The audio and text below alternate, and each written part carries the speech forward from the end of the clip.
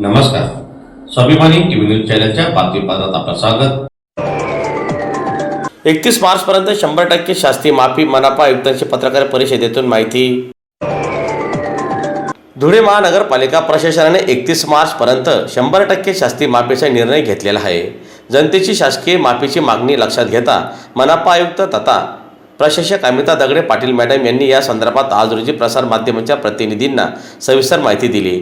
अनेक थकबाकीदार मालमत्ता धारकांकडे मोठ्या प्रमाणावर थकीत कर बाकी असलेल्या नागरिकांनी शास्ती माफीची मागणी केलेली होती. त्यानुसार मनपा प्रशासनाने 18 मार्च ते 31 मार्च 2025 या कालावधीत 100% शास्ती माफी लागू करण्याचा निर्णय घेतला असल्याची माहिती आयुक्त अमिता दगडे पाटील मॅडम यांनी आज आयोजित पत्रकार परिषदेत दिली. आता धुळे मनपाने याच्या संदर्भामध्ये शास्ती माफीच्या संदर्भामध्ये एक निर्णय आज घेतला आहे.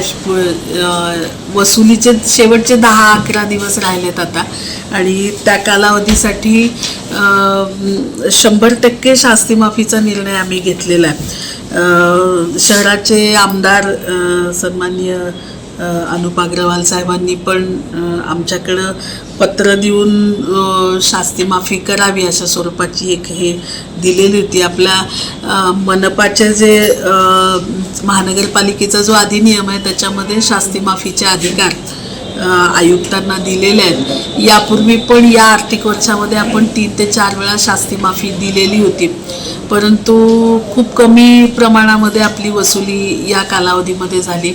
आता जवळजवळ 32 कोटीच्या आसपासचा आपला टॅक्स कलेक्शन झालेला आहे आणि खूप मोठ्या प्रमाणावर थकबाकीच्या रकमा अजूनही नागरिकांकडे पेंडिंग आहेत.